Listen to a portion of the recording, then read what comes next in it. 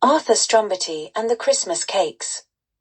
Arthur Strumbutty, a balding but jovial man of 62, was well known in the quiet village of Wickleford for two things: his peculiar name and his unmatched talent for baking. Particularly during the Christmas season, his little bakery became the beating heart of the village. Nestled between the post office and the flower shop, Strumbutty's bakes and cakes radiated warmth. The scent of cinnamon, nutmeg, and candied orange peel seeped into the cobblestones outside, enticing villagers and travelers alike.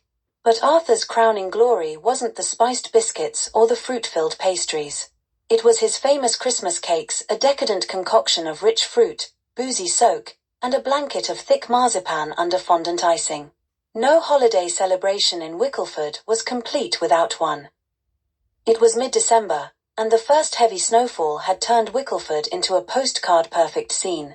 Arthur had been in the bakery since dawn, kneading, stirring, and humming as he worked. His assistant, a young apprentice named Milly, rushed about, gathering ingredients and occasionally sneaking a taste of batter. Arthur pretended not to notice. Milly was like a granddaughter to him, having worked in the shop since she was 15. "Mr. Strumbutty," Milly said, wiping flour from her cheek, "you know there's a queue outside already? They're after the cakes again." Arthur chuckled. "It's the same every year. Folks just can't resist a proper Christmas cake." Milly bit her lip. "But, there's been a problem." Arthur raised an eyebrow. "Problem?" Milly nodded and pointed toward the storeroom. "The candied fruit shipment hasn't come. It was supposed to arrive yesterday, and I called the supplier this morning. The roads are too snowy. They don't think they can get it here until next week." Arthur froze, his spoon suspended mid-air. "No candied fruit. For the Christmas cakes." "I'm afraid so."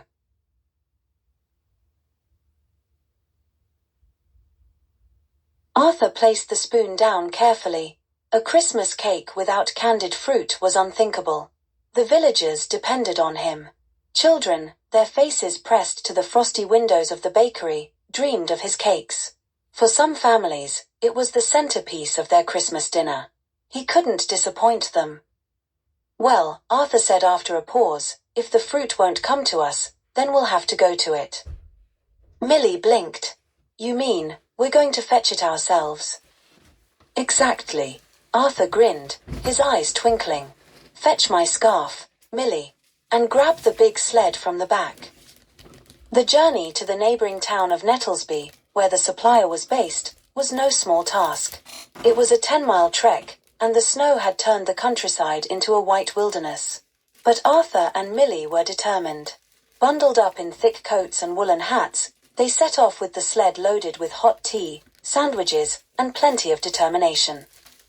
The first leg of the journey was delightful.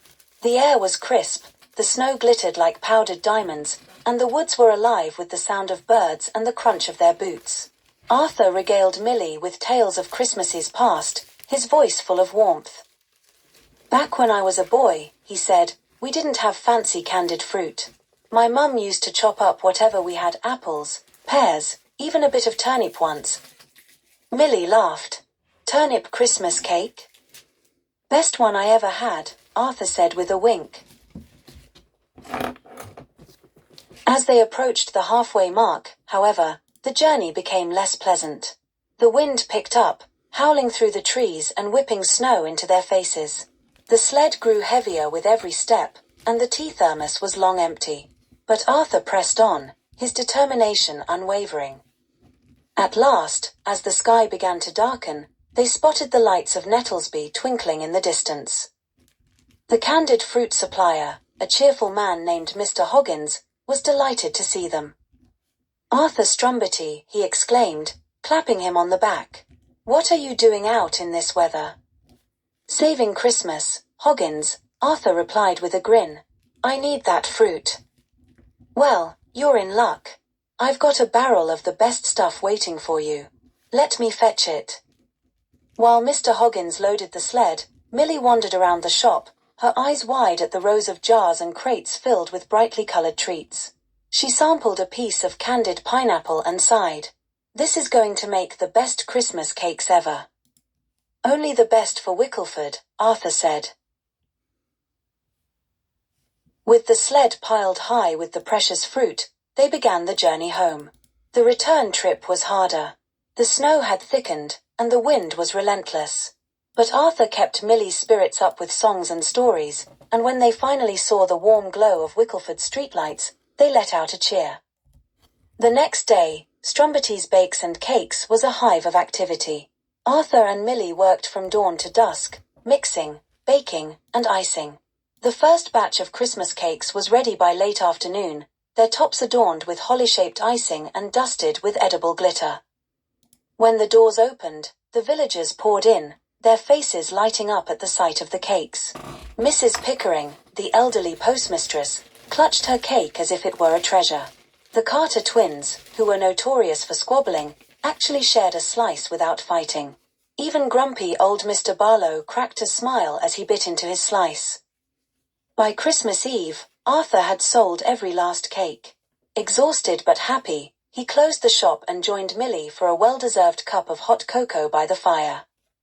"You really did save Christmas," Millie said, her eyes shining. "I don't know how you do it." Arthur smiled, his heart full. "It's not just about cakes, Millie. It's about tradition, about bringing people together.